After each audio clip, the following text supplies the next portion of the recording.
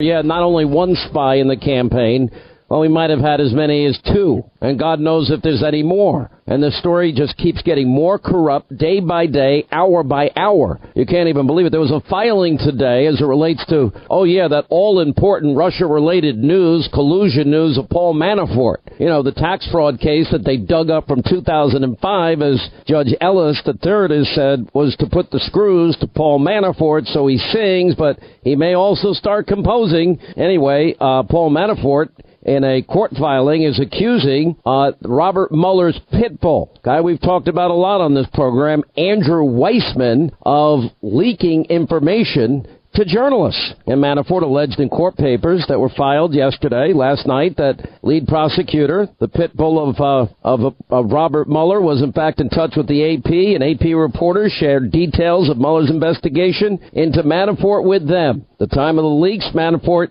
had not yet been indicted. The former Trump campaign chairman claimed in the filing that Weissman's alleged briefing with reporters amounted to an unauthorized illegal leak of classified information. And not only is leaking classified information a felony, but it was also apparently intended to create a false narrative, public narrative, that Manafort was colluding with Russian intelligence officials during the Trump presidential campaign. Anyway, joining us now to weigh in on this, we welcome back investigative reporter Sara Carter, Fox News contributor, also David Schoen, criminal and civil liberties attorney. Sara, I don't know if you want to talk about this, but some of your reporting was mentioned. You were mentioned specifically in this filing, and not in a bad way, just to let everybody know. But the fact that you're doing your job and you are seeking sources of individuals, I don't know if you have any comment at all. If you do, fine. If you don't, that's fine too. Well, I stand by the story, and of course the story has been taken on by Paul Manafort's attorneys, and in this case, there's right now, because it is ongoing, I'm probably not going to talk about the case directly, but I can talk about, the story itself. I mean, and this was quite a while ago, Sean, where Andrew Weissman had met with reporters from the Associated Press. The FBI was there as well. This is before he joined the Mueller team, and that's what the story was about.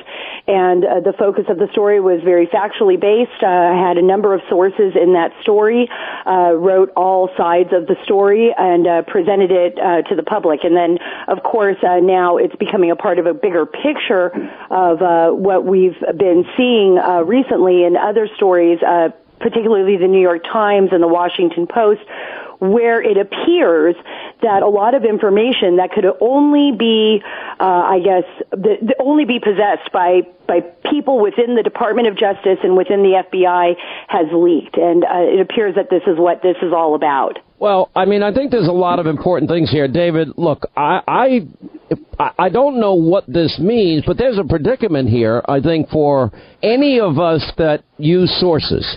And because the media is so lazy, I don't think any of them pick up a phone. I'm on the phone all day. I'm talking to people's sources as often as I can. And I'm never going to give up my sources, ever, to anybody. And if they want to put me in jail because I'm not going to give any prosecutor or any grand jury a source, then that's going to be Hannity held hostage day 101.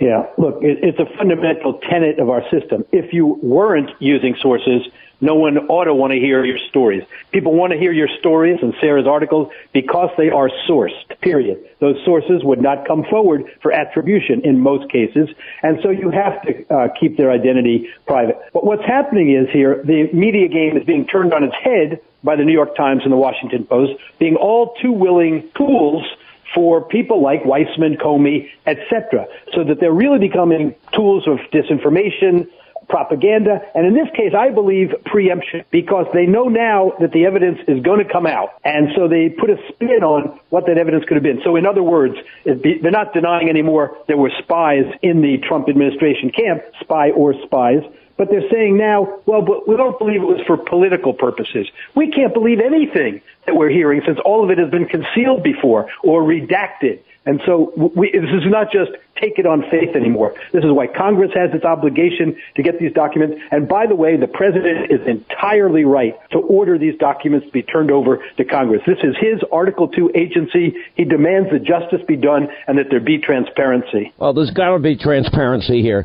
Let's go to the whole issue. It fundamentally comes down to a very, very simple story about abuse of power by the highest people in the Department of Justice, the FBI, and the intelligence community, Sarah. It comes down to laws broken by one candidate, a rigged investigation for that candidate, their favored candidate, and then literally turning the tools of intelligence on the opposition party candidate, and it includes spies within the campaign. Really? When does this ever happen in American history? And then lying to FISA court judges repeatedly with false information put together, Russian propaganda and lies now debunked and paid for by Hillary, funneled through a law firm to an op research group, hiring a foreign national.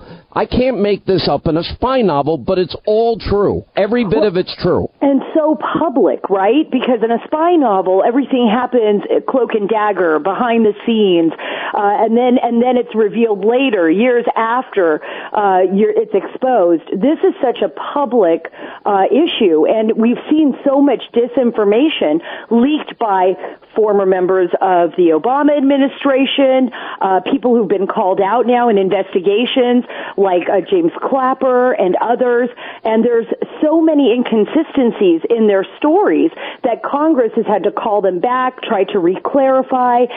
Sean, this is the reason why Congress is fighting, especially the House Intelligence Committee right now and the Senate Judiciary Committee, for all the documents pertaining to the Foreign Intelligence Surveillance Act warrant that was taken out on Carter Page. You had 4 warrants on Carter Page. All those were renewed every 90 days.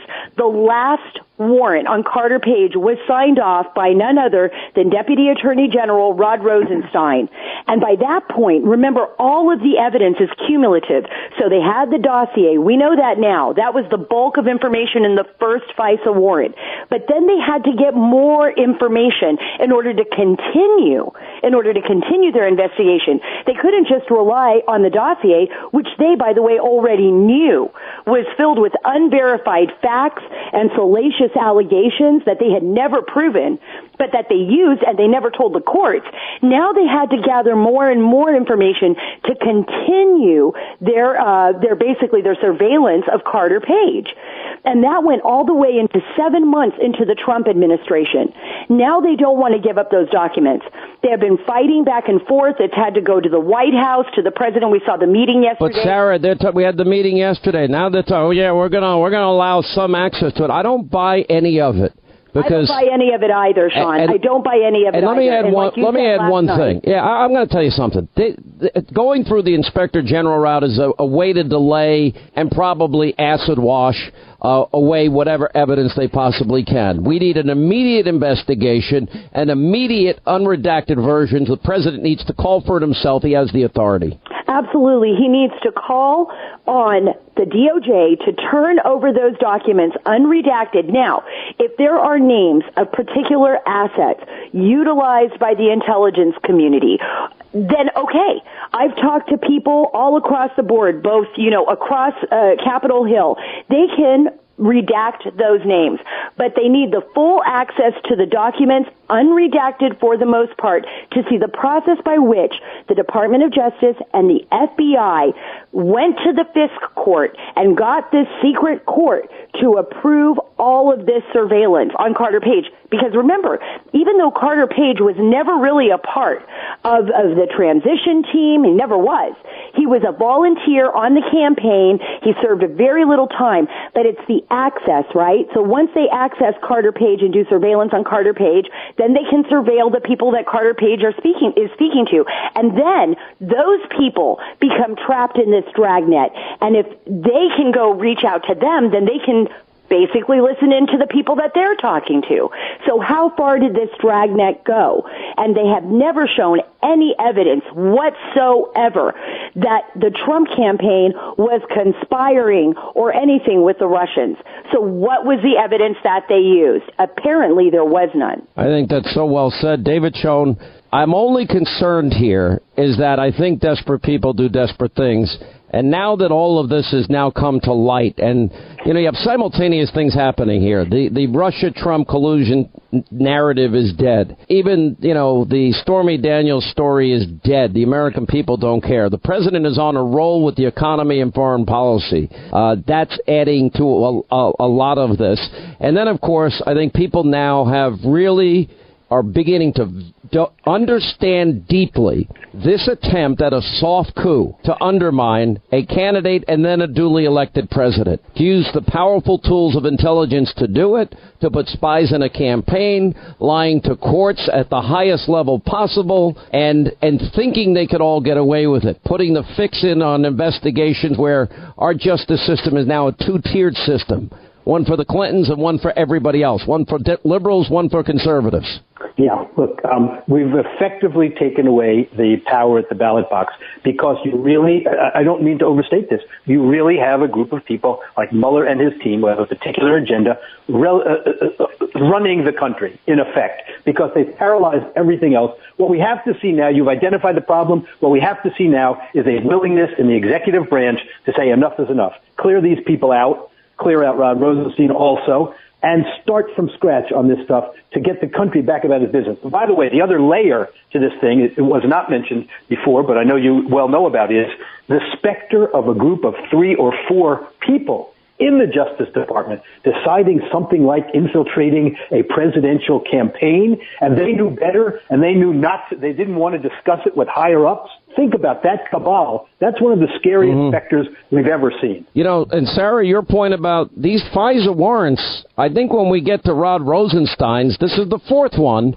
and the bulk of the information that was presented to the court was the Hillary Clinton bought and paid for, put together by a foreign national, a Russian dossier full of lies. Now, if we see that, and that, in fact, they didn't do their job at verification, corroboration, and they didn't tell the FISA judge they lied by omission, and didn't tell the judge that Hillary paid for it, yet they knew that, then we've got ourselves, this makes Watergate look like stealing a Snickers bar from a candy store. Absolutely. I mean, they're under obligation to tell the whole truth, to expose all that to the FISA courts. Because remember, and I think David can explain this in more detail on the legal side of things, there's nobody there at the FISA court, at this secret court, to defend Carter Page. So there's no one there to defend him. There's no one there to defend any American against this.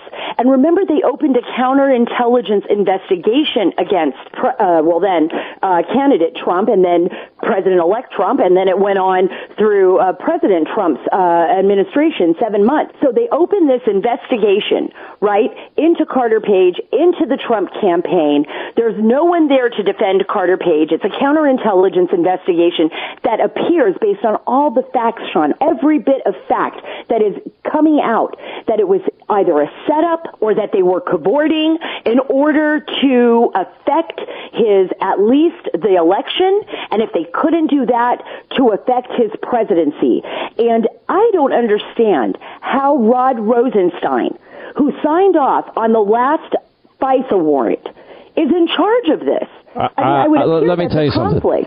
A massive conflict. And listen, we're talking about an attempted coup here by a very small number of people with enormous power, and enormous power with tools of intelligence and abusing that power. Stay right there. More with Sarah Carter and David Schoen when we get back. And House conservatives now, they are introducing legislation to appoint a second special counsel, a much better idea than the IG, because, of course, they'd have the power to bring charges.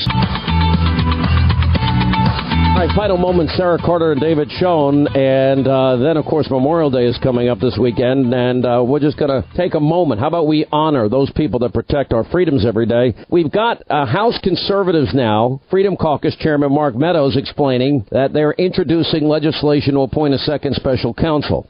David Schoen, I think that's a much better answer than giving it to somebody. Maybe he's honorable, we'll find out, Michael Horowitz, but he doesn't have the power to do anything other than a criminal referral. Right. Well, you've identified that weakness a couple of times, and you're 100% right. Michael Horowitz is an honest guy, and we've learned from his earlier investigation that he can call it straight. But there are no teeth in that thing. We don't know even what's happened to the investigations that have been referred to two other prosecutors. So a special counsel in this case, while we dread it because they seem to be never-ending and costing us millions of dollars, may be the only answer. I want to make one other point, though. You know, we've talked before about the media, and the media clearly is misleading the public here about what's happening when they accuse Trump of being heavy-handed by telling them to disclose documents. Where are the civil libertarians? Where are my brothers and sisters at the bar in this case? It is an American value to have full disclosure. Civil libertarians always have called for disclosure, and now they're objecting to that. Now they're objecting to the president saying, disclose these documents. We should only have redacted documents. We don't want the information as the American people. If this were turned around, and this were the Obama presidency, that these kinds of tactics or campaign had been used against, we'd be screaming from the hilltops, McCarthyism, heavy-handedness, un-American, etc. But it's okay because anti-Trumpism seems to trump, so to speak, every other value. All right, we'll have more on this all tonight. David Schoen, thank you, and Sarah Carter, amazing work. And I know you've been working tirelessly, both of you, to help the American people understand just how bad this has been, but we're making so much progress thanks to both of you.